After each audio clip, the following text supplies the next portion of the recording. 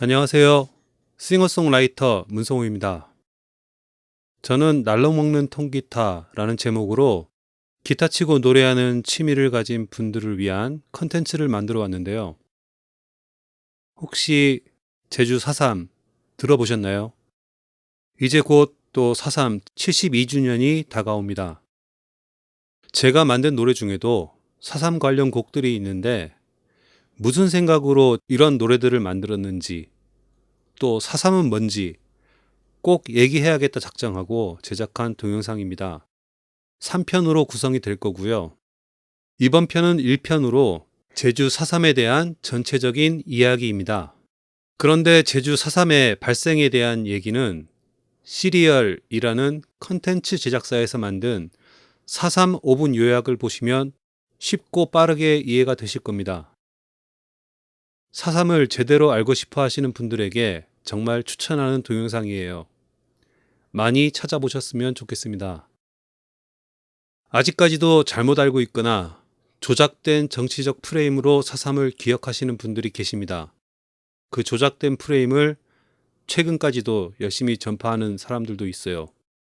팩트를 가지고 수년간 학자들이 연구한 결과 발행된 4.3 진상보고서 내용과 상식적인 생각을 가지고 4.3에 대해서 요약해 보려고 합니다. 해방 이후 극심한 이데올로기 갈등이 있었고 특히 제주도는 쌀농사가 안 되는 곳이다 보니 먹고 살기가 힘들어서 민심이 안 좋은 상태였는데 일제시대에 활약했던 경찰들이 그대로 이어져 오면서 고문으로 사망하는 청년들까지 생겨나는 상황이었다. 1947년 3월 1일 3.1절 기념식에서 경찰 측에 우발적 총기 발포 사고가 생겼고 6명의 사망자가 발생했다. 그로 인해 민간 총파업 등 민심이 더욱 악화되었고 1948년 4월 3일 새벽에 남로당을 주축으로 하는 청년들이 조직적으로 지서 등을 습격하면서 4.3이 발발한 것이고 4월 말에 무장대 지도자인 김달상과 당시 제주 치안을 담당하던 구연대장 김익렬이 만나 평화협상에 합의하고 대규모 폭력 사태는 사실상 종료가 되었다. 굉장히 많은 페이지에 걸쳐서 많은 일들이 기록되어 있는데 요약하자면 불만이 쌓여오던 상황에 젊은 청년들이 모여서 불만을 터뜨린 사건입니다. 희생자가 발생하게 돼가니까 한 달도 안 돼서 군인들과 합의하고 수습된 것이죠. 그렇게 끝났다면 바로 이어서 몇 년 후에 6.25도 발발했고 전국에서 이데올로기로 인한 비슷한 사건들도 많았기 때문에 어떻게 보면 잊혀질 수도 있는 사건입니다. 현대로 와서 광주 5.18 민주화운동 말고도 비슷한 사건들이 전국에서 많이 발생했던 것과 같은 거죠. 하지만 지금 현재도 빨갱이라는 무서운 가상의 적이 정치적으로 필요한 세력들이 있잖아요.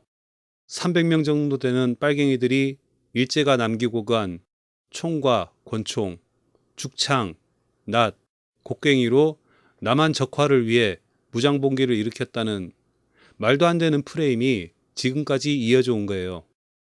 아무리 옛날이라지만 저게 말이 될까요? 빨갱이라는 가상의 적이 정치적으로 필요한 세력, 그 세력의 아이콘, 아직도 살아있는 전설, 백선엽 씨가 확인한 사실이 있습니다. 4.3 당시에 북에서 내려온 지령은 없었다는 팩트죠. 제주도에 있는 남로당원들이 전국을 적화통일해보려고 위에서 명령도 없는데 지들끼리 일으켰다는 것을 역사적 사실이라고 볼 수가 있을까요? 말이 남로당이지 당시에 남로당 소속 청년들이 전국적으로 많았는데 남로당이었다가 탈퇴한 사람도 있었을 거고 남로당이라는 거랑 아예 관계도 없지만 친하게 지내는 친구, 동생, 형, 위기투 앞에서 일으켰을 수도 있죠. 저는 그게 더 상식적이라고 생각합니다. 300명 모두 다 남로당이다. 이것은 확인된 사실이 아닙니다. 그 청년들이 모두 다 빨갱이라 추정하는 것은 그동안 우익 정부에서 만들어 놓은 프레임이라고 생각해요. 제주에서 실제로 저항이 저렇게 커지게 된 것은 3.1절 기념식이었고 그렇다고 역사에 3.1 사건으로 기록했다면 경찰의 총기 발포가 원인인 민중봉기 사건이 됐겠죠.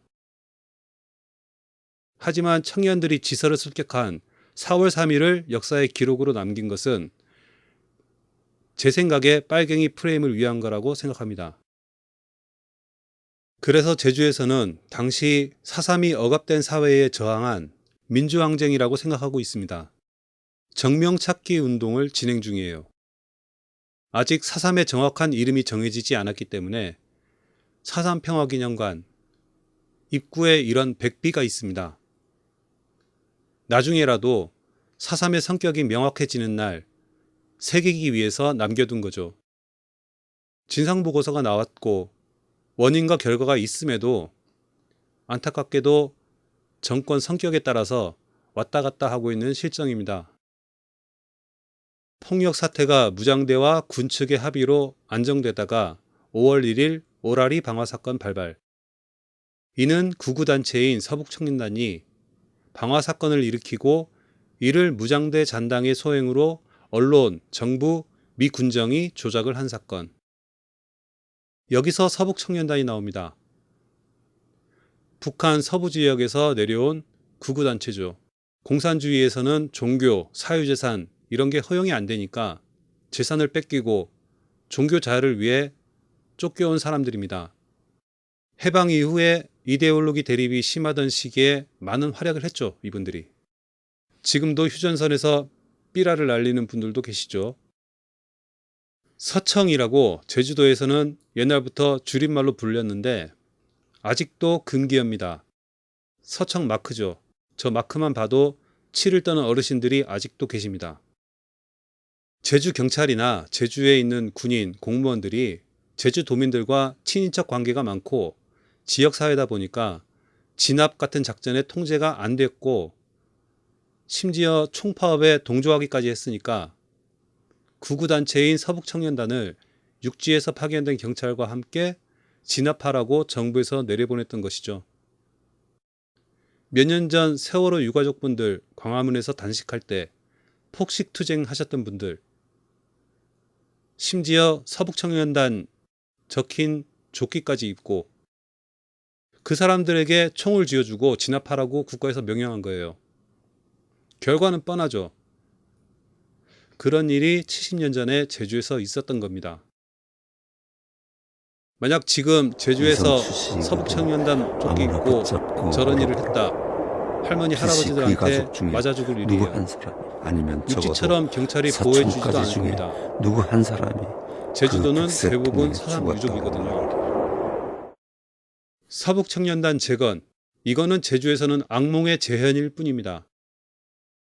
분단된 한반도 통일을 해야 되는 상황에 50총선으로 남한의 단독정부를 세워서 대통령이 되겠다는 야심찬 계획을 가진 사람이 있었는데 그런 어용단체를 이용해서 빨갱이들이 나쁜 놈들이라는 경각심을 일깨우려는 조작을 했는데도 제주도만 50총선에서 선거인수가 미달됐습니다. 이제 제주도는 한마디로 빨갱이 섬으로 찍힌 거죠. 그리고 그 사람이 권력을 잡고 제주에 토벌령을 내리면서 대량 학살로 악화된 겁니다. 무장대하고 화해를 성사했던 국방경비대 구연대장 김익렬은 제주에 내려온 조병옥 경무부장과 배를 걷어차고 멱살 잡고 싸웠다고 전해져요. 당시에 조병옥 경무부장은 제주도 전체에 휘발유를 뿌려서 다 태워 죽여야 된다는 강경 진압을 주장했던 사람이거든요. 결국 김익렬 연대장은 이후에 여수 14연대로 좌천됩니다. 2018년에 서울 강북구청에서 조병옥 경무부장 흉상을 건립하는 사업을 추진했었어요. 저희 4.3 유족회에서 직접 찾아가서 강력하게 항의했죠. 그래서 취소된 일이 있습니다. 50총선으로 남한 단독정부가 수립되고 제주를 진압하라고 공교롭게도 여수 14연대에 진압 명령을 했어요. 가까우니까. 하지만 여수 14연대는 민간인들 학살하는 데 동원될 수 없다고 출동 명령 거부를 합니다. 이것이 바로 우리가 어렸을 때 배웠던 여순 반란 사건입니다. 지금은 여순 항쟁으로 정명을 찾는 활동을 하고 있어요. 제주도하고 똑같은 프레임이죠. 군대 내의 빨갱이들이 숨어들어서 군대 체계를 무너뜨리고 국가를 전복하려고 한 사건. 그래서 저희는 어렸을 때 여순 반란 사건으로 배웠어요. 4.3도 역시 공산 폭동으로 배웠죠. 그 서슬퍼런 국가보안법이 여순 항쟁 당시에 빨갱이 색출을 위해서 탄생하게 된 겁니다. 그때 자기도 남로당 소속이면서 동료들 이름을 팔아넘겨서 그 대가로 목숨을 부지하고 이후에 승승장구한 사람이 있어요. 박정희입니다. 동명이인이 아니고 우리가 아는 그 사람이에요. 그 사람이 대통령이 되고 난 이후에는 이렇게 4.3에 희생된 분들 묘비까지 다 박살내고 아예 언급을 못하게 했죠. 그 당시에 여수 14연대 군인분들이 출동 명령 거부를 안 하고 출동했다면 진짜로 제주도민 전부 다 죽였을지도 몰라요. 저는 이 세상에 없을 수도 있겠죠. 그래서 4.3 희생자 유족분들이 여순 항쟁 유족분들하고 함께 하고 있는 겁니다. 당신들 조상분들이 우리 조상들 살려줘서 고맙다고요. 1969년 김익렬 장군의 회고록입니다.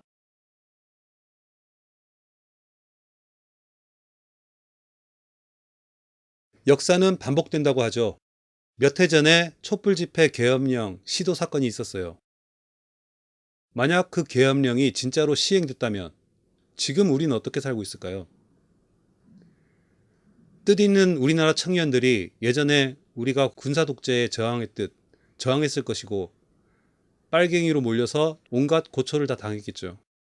그리고 그 빨갱이 프레임으로 힘을 키워온 세력들은 더욱더 확고한 자리를 잡고 있겠죠. 4.3의 시작인 1947년 3.1절 총기 발포 사건, 48년 4월 3일 모두 다 미군정 시대에 발생한 겁니다. 1948년 50 총선 이후의 일들은 대한민국 정부의 책임이지만 그 이전 사태들은 유족회에서 미국에 그 책임을 묻고 있어요. 그리고 국회에서는 4.3 특별법 개정을 추진하고 있습니다. 하지만 모든 다른 민감한 사안들과 마찬가지로 반대 의견을 가진 세력들이 있기 때문에 국회 통과가 안 되고 있죠. 지금 2020년에도 지구촌 어딘가에서는 우리 대한민국이 발전하면서 경험한 역사의 과정을 겪고 있는 나라들이 있습니다. 우리는 이미 겪었어요. 또다시 반복되지 말아야 되겠죠. 과거를 바꿀 수는 없습니다. 수십 년 전에 국가의 과오에 대해 연구를 하고 진상보고서를 만들고 그 국가의 대통령이 그 사실을 인정하고 진심 어린 사과를 하고 무력 충돌과 진압 과정에서 많은 사람들이 무고하게 희생되었습니다.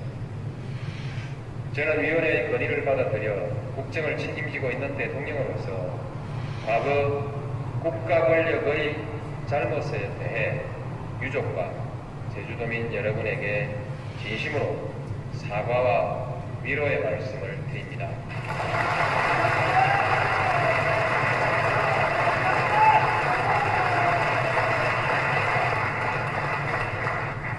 무고하게 희생된 영령들을 추모하며 삼가 면목을 빕니다.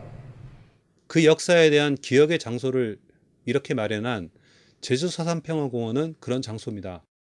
제가 부러워하는 동서독 통일, 그날의 생생한 증거가 이곳 4.3 평화공원에 실물 전시되어 있어요. 우리도 언젠가 휴전선 철조망을 잘라다가 다른 나라에 기념품으로 선물해 줄 수 있는 날, 저는 그날을 꿈꿉니다.